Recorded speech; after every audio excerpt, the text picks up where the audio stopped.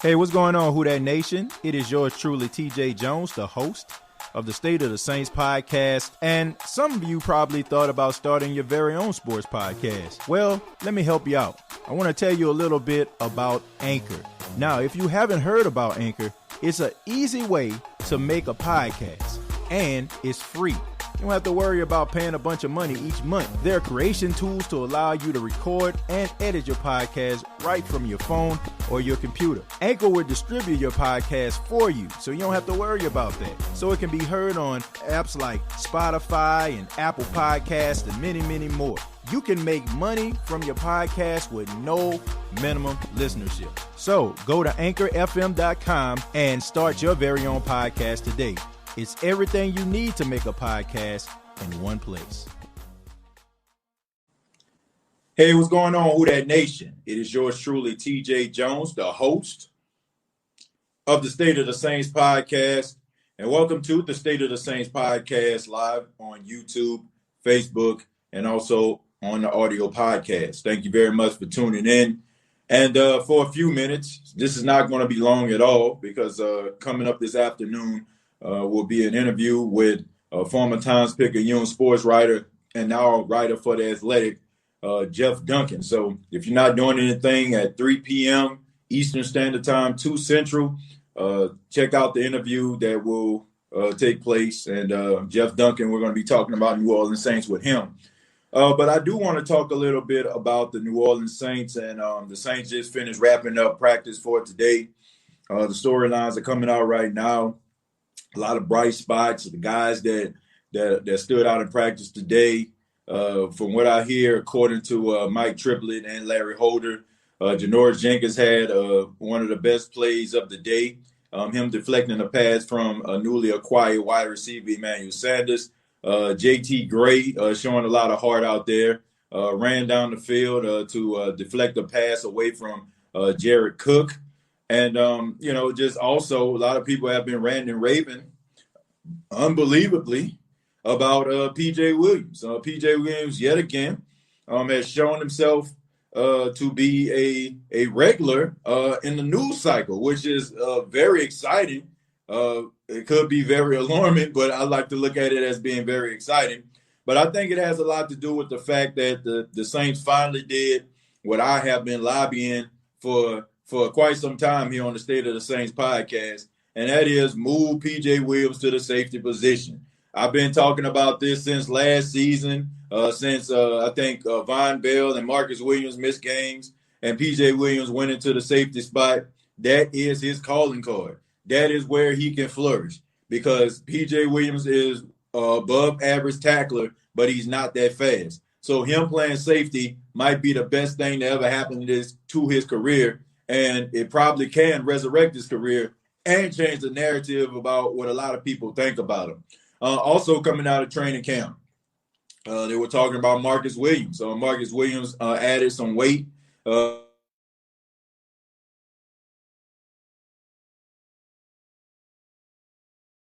He's looking pretty doggone good right now as far as, his size. So Dennis Allen is hoping that, it helps him with his tackling. So PJ Williams doing well at safety and Marcus Williams gaining some weight, try to work on his tackling ability. So those are some things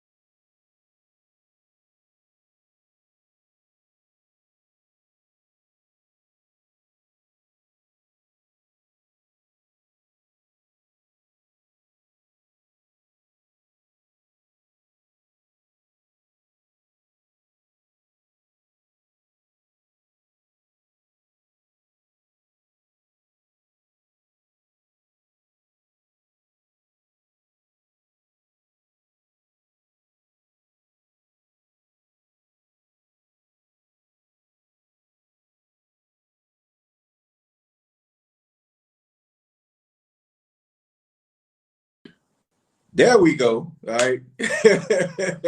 All right. So we're going to be answering questions from the Who Dat Nation right now, man. I'm opening the floor to you all. Those are the storylines I'm seeing right now. I got Twitter up right now. I was trying to see if I see any new news coming through. But right now, it's pretty much what I just what I just mentioned. I mean, C.J. Gardner-Johnson was on the first team playing nickel on today. That's what I see right now. Let's see. Ty Montgomery had a really good training camp practice today as well. People were talking about how shifty he looked. I think him being in the Saints uniform is going to do wonders for his career. Shouts out to Weave Ready, who was first. Said, looking forward to your show. Who Dat? I appreciate it. Thank you for tuning in. I really do appreciate that. Shouts out to Dave. Says, who Dat from Jersey?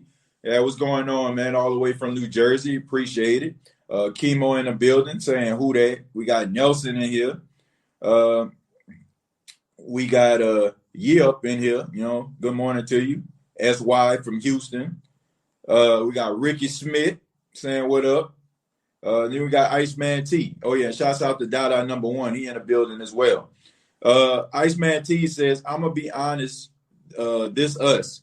Not good for Loomis, for Sean. What did he say? Delvin, bro, said that he played with injuries. Alvin's interview was very interesting. They said he had an ankle. Turned out it was a knee. And don't know. MT hurt. I guess we're talking about guys actually playing through the pain. I guess that's what you're referring to, Iceman. You know, there's a lot of people out there, you know, that are very critical of some of these practices taking place by some of these NFL teams. You know, the fact that they look at the bottom line before they even look at these players being actual people. Look, a player is going to do what a player does. He's going to play through the pain. But it's sometimes good for a coach to step in and intervene and say, hey, man, look, today ain't your day. Okay, we need you down the line. We need you down the stretch. And I've been very critical about that, Iceman. I've been very critical about the New Orleans Saints and their practices, especially, you know, having to fire 2 doctors from their staff because of the misdiagnosis,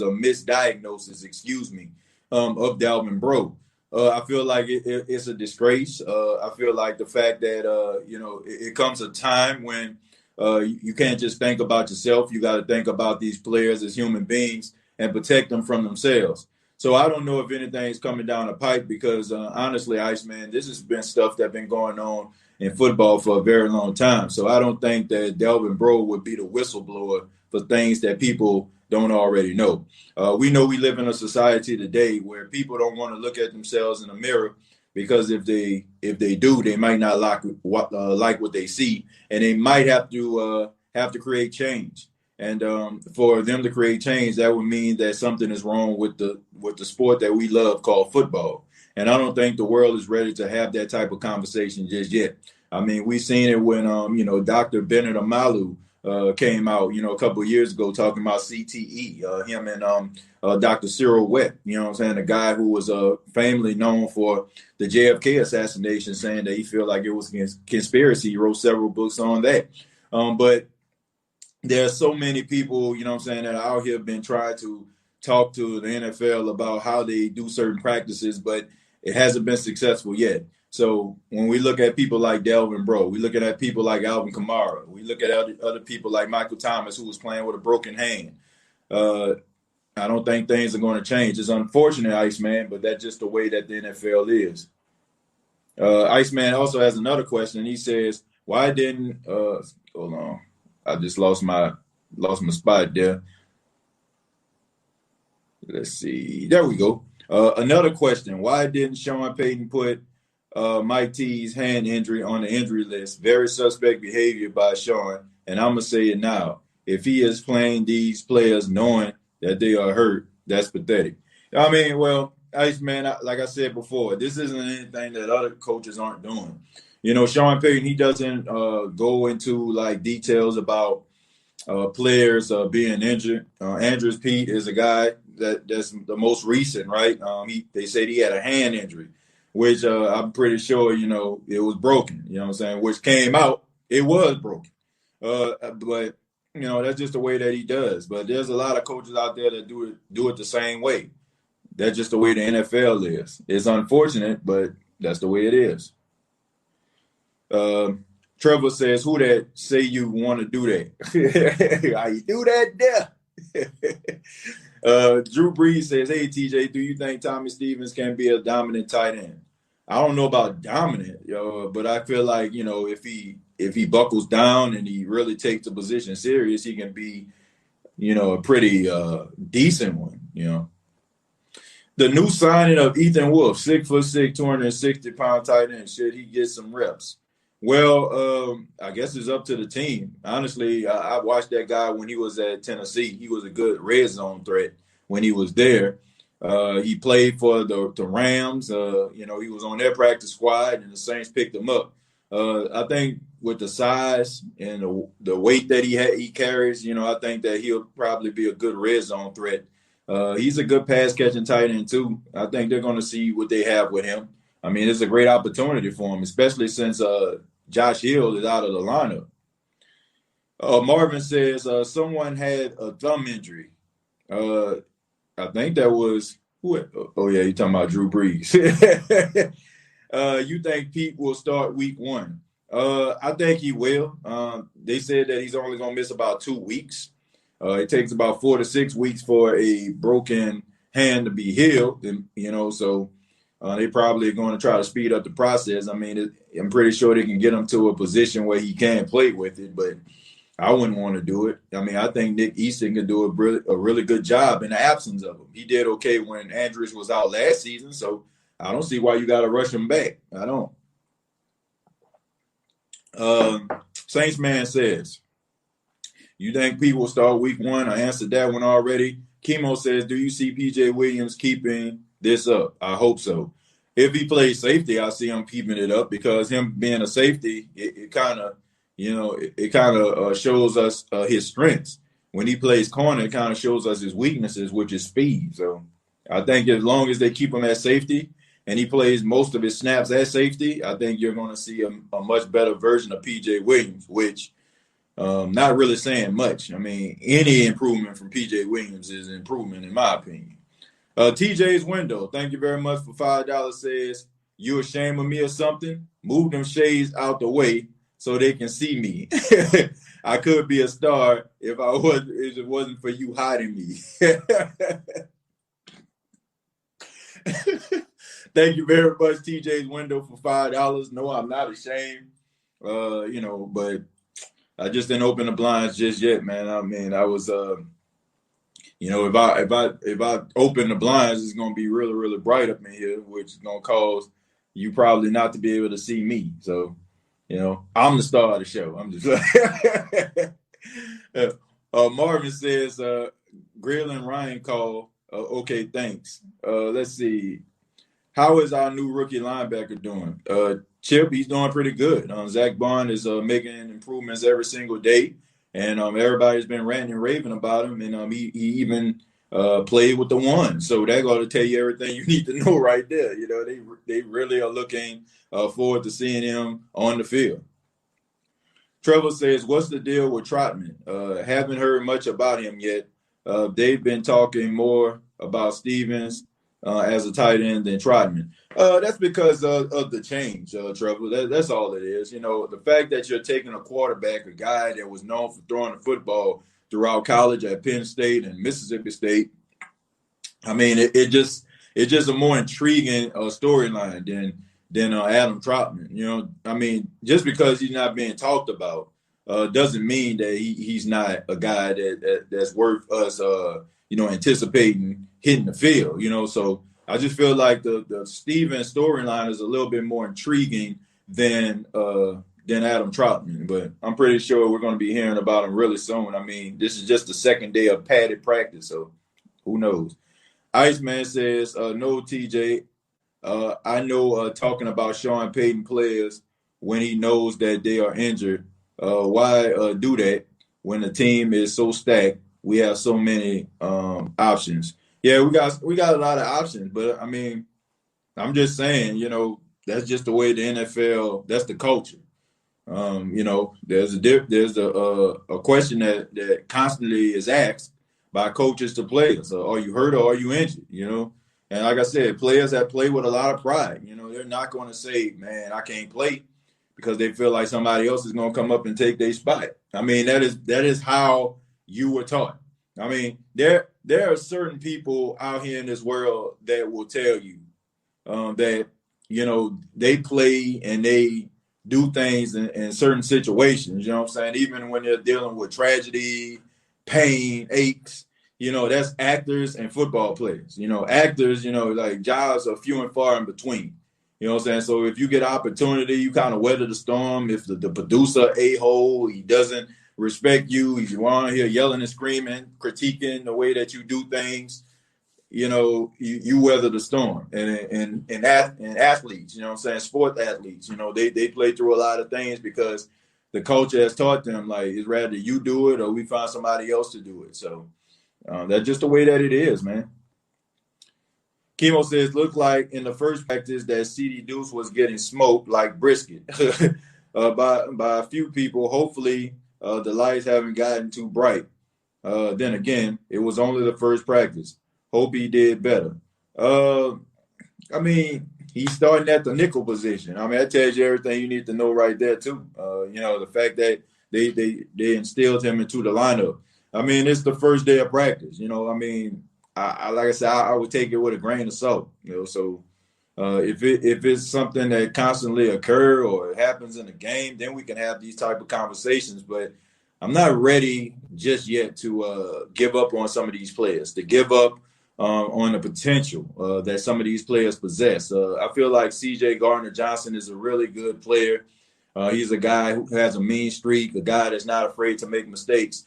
And he's also not afraid to go out there and put his head into, a tackle or try to, dislodge a ball away from a receiver or tight end. So I'm positive that he'll be able to do some great things this season. Dwayne, what's going on? He said, how did Andrus Peat break his thumb? Gripping another hamburger too tight and being afraid it may run out of his hand. Well, I don't know about that, Dwayne. I don't know, man. I just know that he broke his hand. I will say Andrus Peat came to practice looking really slim. You know what I'm saying? He lost about 30 to 35 pounds, if I'm not mistaken. He was moving around faster, and he was doing really well out there. So, I mean, this is just a setback for right now. It's a setback, but I think he'll be able to weather the storm. Julius says, do you think Gardner-Johnson can become a starter? Well, yeah, I mean, he's going to be the starting nickel this season, the way it looks. Dwayne says Andrus Peat hasn't missed a meal yet. Come on, man. He had lost 30 pounds, man. TJ, what cornerbacks we have other than the usual suspects have your attention? Well, honestly, I haven't heard that much about any of the new cornerbacks. Well, I heard JT Gray made a play. JT Gray as a special team specialist, like he's a specialist, and he's a second team All-Pro because of his special teams play. So he was out there making plays. Somebody I'm looking forward to seeing it hopefully is Keith Washington. I want to hear something about him. I want to see how he's how he's developing in training camp. I mean, you look at this guy. I mean, he has the tools, man. He looks lengthy, you know what I'm saying? He's tall, you know what I'm saying? He got long, arms, a good wingspan. Especially can probably line him up in a nickel, and be able to be a disruption. So hopefully, we hear from Keith Washington, and see what he has. What's happening, Fart Master? You got IB ripping them on here, man. Shouts out to IB ripping. Jason says Breeze has built up his upper body strength this offseason. He's throwing dimes again, deep. I mean, I've heard that he threw the ball down the field. I think it came from Amy Just. She's a Saints reporter. He said he threw the ball down the field, and but it was overthrown. I'm not saying that to nitpick with Drew Brees. I mean, I'm just trying to tell you that he threw the ball down the field, and they said it looked pretty good. So, I mean, I'm pretty sure, his arm strength, I don't know, man. Like, who was I talking to? I was talking to another reporter, and I think it was Catherine Terrell. You know what I'm saying? I think that's who brought this up. She was talking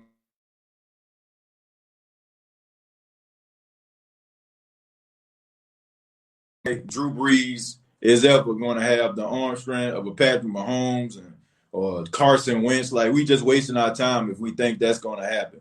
Not going to happen. I just feel like he can, improve on his upper body strength and maybe be able to, throw the ball down the field a little bit more. But I just feel like you're not going to see it to a point where we can actually judge it analytically like we can on a Patrick Mahomes or a Carson Wentz. Those guys throw the ball down the field consistently. Drew Brees, I'll be surprised if Drew Brees throw a pass over 40 yards 10 times this entire season. All right, so I don't know, man. I'm not really big on the arm strength type thing because, honestly, Drew Brees never had arm strength. Kenneth says, good morning, my brother. Do you think Murray will get more snaps since they signed Montgomery? I really don't know. I hope so. I feel like you're wasting money by signing this guy if you're not going to use him. But, the Saints seem like, by them going out here getting all these tight ends and getting guys that are mostly known for blocking and pass catching, I think that's a good sign for the running game.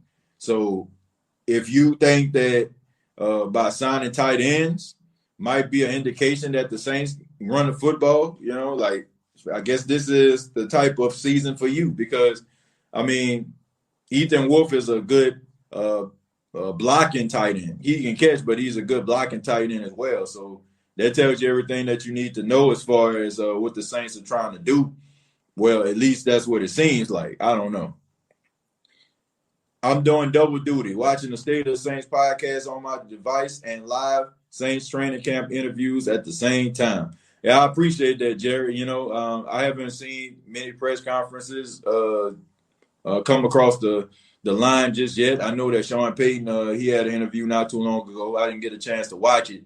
Most of the stuff that I told you all about during the opening of the podcast was about it came from reporters that were actually at camp. So pretty sure a lot of stuff happened. And like I said, man, we're going to have Jeff Duncan on the show so we can kind of talk a little bit more and get his opinion on some of the things that are going on in Saints camp. Like I said, this is not going to be a long State of the Saints podcast because we're going to be coming back at 3 p.m. Eastern, 2 p.m. Central Standard Time talking to Jeff Duncan. So that way, we'll be able to hear what he has to say. I think he was out there at training camp. So hopefully he'll have a better analysis of training camp than I do. Because like I said, I'm just reading what the reports say right now. Dwayne, this is for you. He says, yeah, you talk smack now, but wait till I catch you in the dome, fool. Won't be nowhere to hide then. They're coming from Andrews Pete. Andrews Pete talking greasy and saying it with his chest. Talking to Dwayne, man. You better watch out, Dwayne, man. Andrews Pete, that's a big boy right there. I think Bradham is a 2.0 of Demario Davis. What you think? I got to see it. He manages, look, you have a right to feel the way that you do, but what you do between the lines is where I judge you, and when it matters most. That's why, I'm not really getting too excited about Emmanuel Butler. Everybody getting excited about him, but, we got excited about Brandon Coleman. And I asked that question on the State of the Saints podcast Facebook page today. I said, do you feel like Emmanuel Butler is, the second coming of Brandon Coleman? He looks like a beast out at practice, but what are you doing in the game, But there are people like that.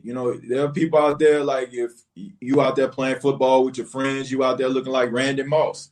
But when you go against random people and strangers, like you play very timid and shy and don't let loose. So hopefully, he can let loose. And hopefully this isn't another Brandon Coleman experiment. But I'm just going to reserve my judgment. And as far as with Bradham, I'm just going to reserve my judgment too.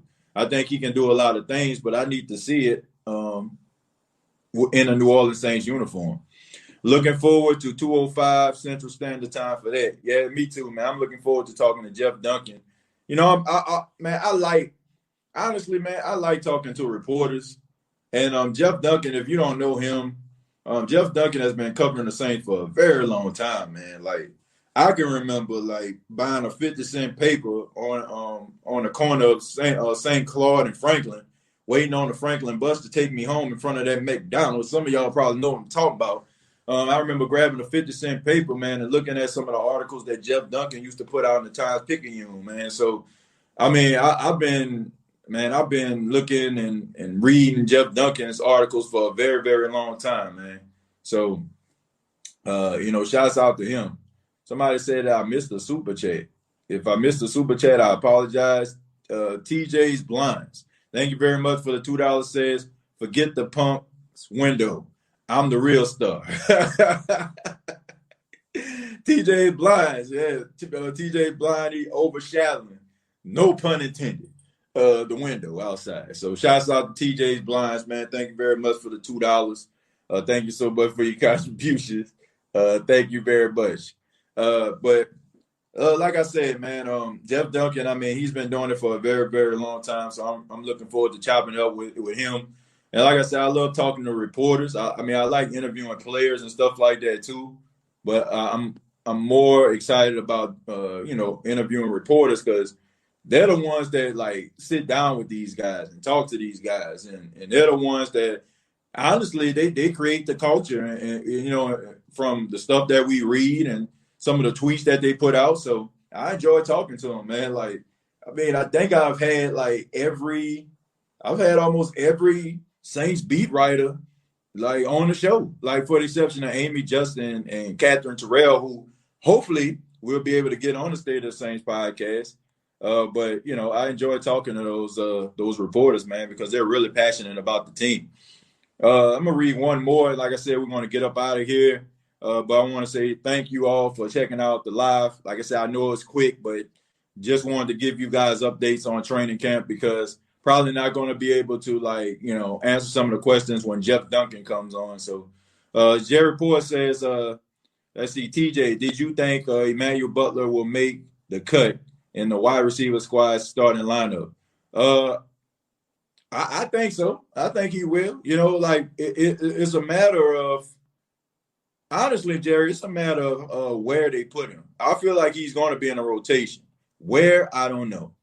I mean, he has great upside, and the Saints are going to find a way to utilize him in some capacity, even if it's like one of those Brandon Coleman type things where he was mostly used in red zone situations. So who knows? Who showed out today? Derek asking who showed out today.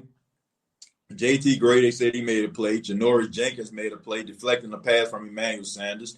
Ty Montgomery looked explosive today. He stood out. They were talking about how big Marcus Williams looked in size. He gained some weight. And also P.J. Williams, who is now playing predominantly at safety. So those were the standouts today. You didn't really hear anything else, but like I said, it's young right now. The reporters are just getting finished, wrapping up with training camp and also interviewing players and stuff like that. So you're probably going to get more reports. And I'm probably going to come back tonight, man. I'm probably, we're probably going to be, doing the State of the Saints podcast 3 times today. Today, I mean, right now with Jeff Duncan, and probably later on tonight when everything gets wrapped up and we get all the storylines. I hopefully we'll have, have something tonight. But it looked like we're going to have to go that route. We look like we're going to have to go that route. We're going to have 3 episodes today. So, but I want to say thank you all for checking out the State of the Saints podcast. Thank you so much for supporting the State of the Saints podcast. And please subscribe to the YouTube channel, youtube.com, search the State of the Saints podcast. Thank you for those that are on Facebook. You can go to facebook.com, search State of the Saints podcast. And of course, the audio version available on iTunes and Spotify. Thank you all so much. I hope you enjoy the rest of your day, and hopefully you all come back later on this afternoon when I'm interviewing Saints reporter Jeff Duncan. So take care. And once again, like always, all I got to say is, who dat?